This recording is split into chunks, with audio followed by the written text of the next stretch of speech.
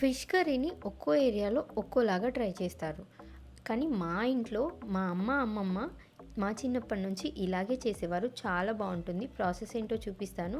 First time నా channel చూస్తున్న వాళ్ళు కొంచెం నా ఛానల్ని సబ్స్క్రైబ్ చేసుకోండి. ముందుగా మసాలా కోసం చెక్క, లవంగం, ఇలాచి, జీలకర్ర, మెంతులు, ధనియాలు సన్నని సెగ మీద వేపుకొని మిక్సీ పట్టుకొని పక్కన పెట్టుకోవాలి. మిక్సీ పట్టుకునేటప్పుడు కొంచెం ఎండు కొబ్బరి కూడా యాడ్ చేసుకోండి, బాగుంటుంది.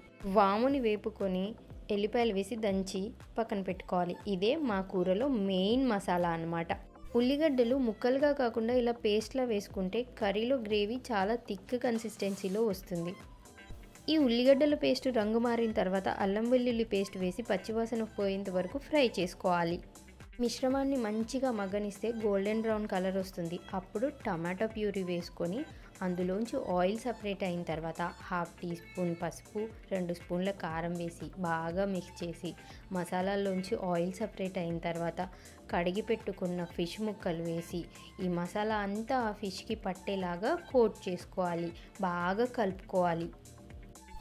కలిపితే ముక్క విరిగిపోతుంది కదా, అలా కలపకూడదు కదా అనుకోకండి. ఫస్ట్లోనే కలిపితే ముక్కకి ఏమీ అవదండి. కొంచెం మసాలా బాగా పట్టడానికి కలుపుతున్నాను అంతే. అలా బాగా పట్టిన తర్వాత మూత పెట్టి 5 to 10 minutes మీడియం ఫ్లేమ్లోనే కుక్ అవ్వనివ్వాలి. అప్పుడు ఆయిల్ సపరేట్ అవుతుంది. ఇప్పుడు చింతపండు రసం పోసి గ్రేవీకి సరిపడా వాటర్ పోసి ఇప్పుడు కలపకుండా జస్ట్ బాండీని పట్టుకొని ఇలా కుదిపి రుచికి సరిపడా ఉప్పు వేసి మళ్ళీ మూత పెట్టి ఒక 15 to 20 minutes బాగా మరగనివ్వాలి. కర్రీ దింపే 5 నిమిషాల ముందు వాము, వెల్లుల్లి పేస్ట్ వేసుకొని మళ్ళీ కుదిపి మూత పెట్టి ఒక 5 నిమిషాలు ఉడకనివ్వాలి.